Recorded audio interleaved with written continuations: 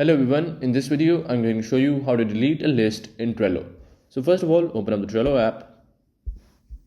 Now in Trello, I'm just going to open a basic board. Now in here, let's say I'm going to remove this list right here. Now for that purpose, click on these three dots at the top right. And in here, click on archive list. And as you guys can see, the list has been removed.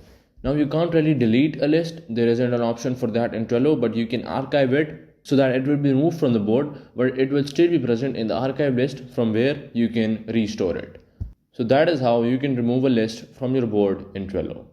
Hello everyone, in this video I'm going to show you how to remove a list from your Trello board. Now there isn't really an option for deleting the list, you can just create lists. But what you can do is to just add that list to archive and it will be removed from the board, which you can restore later on if you want. For that purpose, just click on these three dots right here. And in here, scroll down to the bottom and in here, click on archive this list. And that list would be removed from the Trello board and would be added to the archived list.